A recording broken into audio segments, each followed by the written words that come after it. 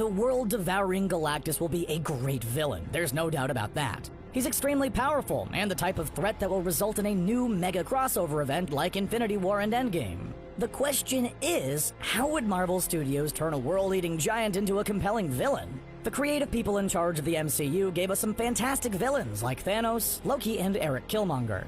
So the next big baddie has some big shoes to fill. Although, after the last time Galactus showed up on the big screen, we think that anything would be better than a big giant smoke cloud. While Galactus is a big old giant cosmic being who eats planets in order to survive, the Devourer of Worlds isn't actually your typical villain.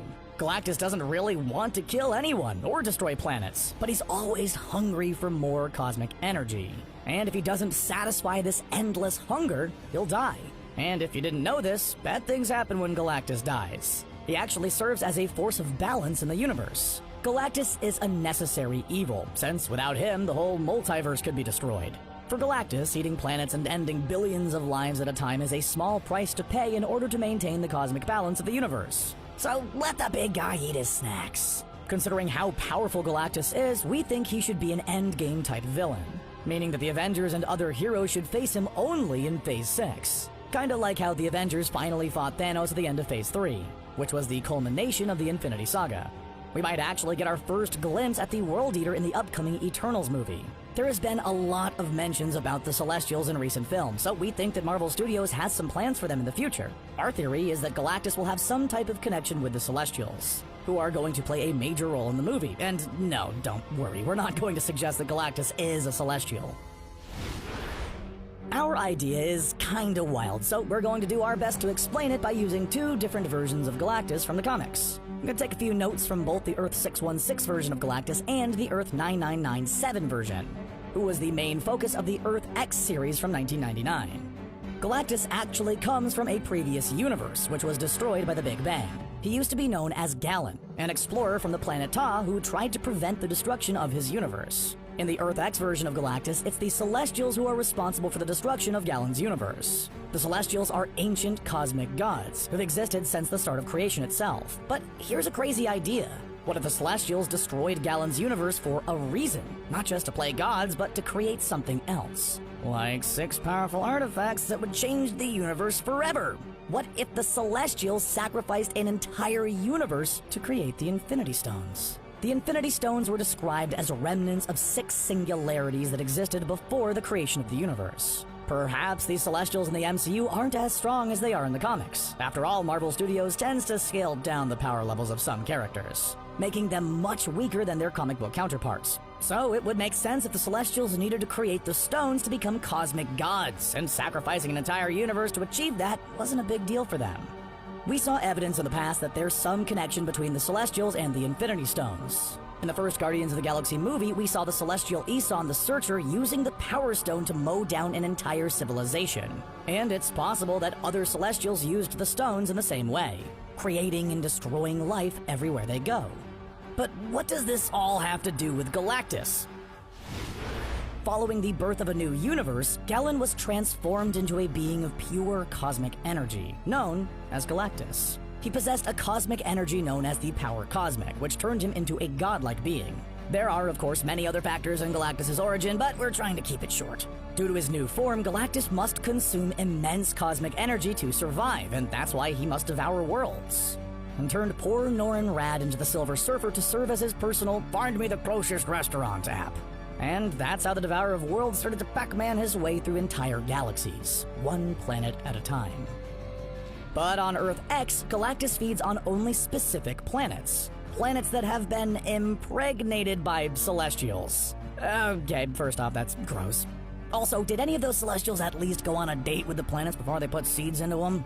In the Earth X version, the Celestials have lost their ability to reproduce, and the only way to have new little cosmic god babies is by putting their seeds into planets that will eventually transform into new Celestials. In Guardians of the Galaxy Volume 2, it was revealed that Ego the Living Planet had planted seeds on multiple planets in order to terraform them into an extension of himself. Ego also claimed to be a Celestial himself. The thing is that in the comics, Ego the Living Planet isn't actually a Celestial, but it seems like that was changed for the movies. And so, if the MCU's version of Ego really is a Celestial, then that means there's a precedent for Celestials surviving by impregnating planets with their seeds. And this is where Galactus comes in.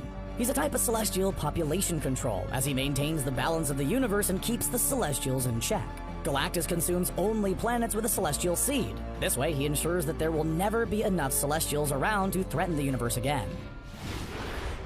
If the Celestials are cosmic gods who had the Infinity Stones, then what happened to them, and how'd they lose the stones? After all, other than Ego, it seems like all the other Celestials are gone, so what happened to them?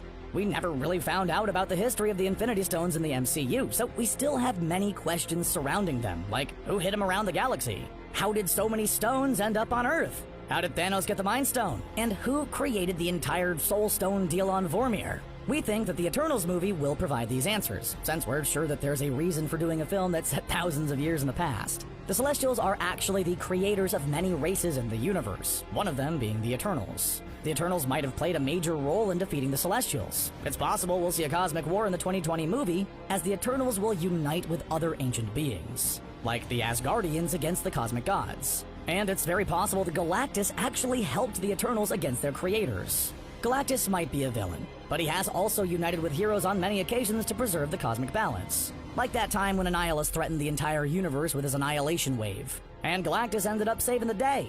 Not only that, but Galactus is also known as the Life-Bringer and the Seeder of Worlds, since he can bring people back from the dead and even create life. See, the guy isn't all that bad. After the Celestial War was done, perhaps the Eternals or Odin got their hands on the Infinity Stones and used them to either kill all the Celestials or push them to the darkest edges of the universe. After that, the Eternals decided to hide the 6 stones to make sure no other cosmic threat would be able to use them again.